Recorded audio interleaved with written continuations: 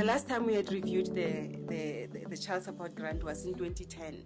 A cornerstone of government's program has been to tackle poverty, and this has been with extreme difficulty, particularly now as we face the economic challenges that we currently face as a country. In our SRD, a grant that we do, we have over 750,000 social grant beneficiaries who have applied and received 350 that actually have some kind of diploma or qualification, which really is a travesty of justice. Something is wrong in our job system that allows us to let graduates be walking the streets and standing in street corners when they can contribute to the productivity of the country. Since apartheid, right, the majority of the population has been experiencing a crisis of living, really, like a cost of living crisis, but not just that, the crisis of social reproduction, which means that majority of our population is unable to socially reproduce themselves. And I'm not talking about just the ability to be in the workforce, which is one of it. Labor is a part of social reproductive process, but the ability to secure our livelihoods, particularly in households. So at the time when the CSG was being conceptualized, South Africa just emerged from apartheid into a constitutional democracy with the Bill of Rights. And our Bill of Rights included what we called in law justiciable. And this was done in order to ensure that our constitution could actually achieve its transformative agenda of substantive equality. And the right to social assistance is pivotal to achieving that transformation because it's one of our best redistribution programs. It moves money from the wealthy to the poor.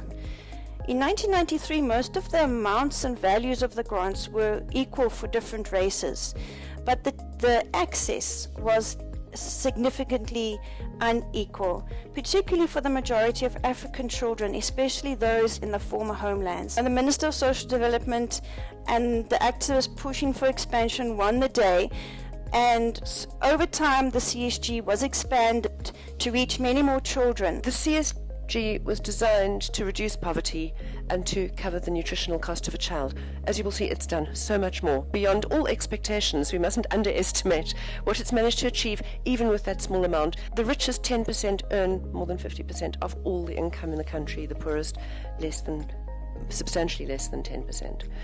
That picture would look even worse without social grants. But clearly there's not enough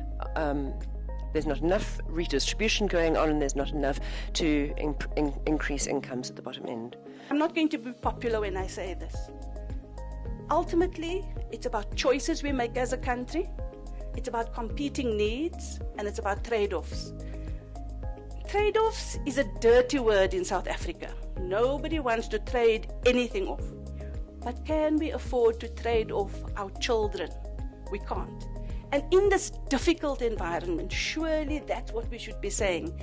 Our children should come first. It is our wish that this report and the accompanying results are fully engaged with. As colleague was saying, we need a call for action coming out of here, that this research is given the platform that it deserves, and that consequential changes are made to the social grant system that supports children in this beautiful country. Honorable Minister, colleagues, on behalf of the United Nations Children's Fund, let me reaffirm our commitment to working with you in protecting, promoting, and supporting a stable and sustainable social protection system in this country. We should be able to work with each other.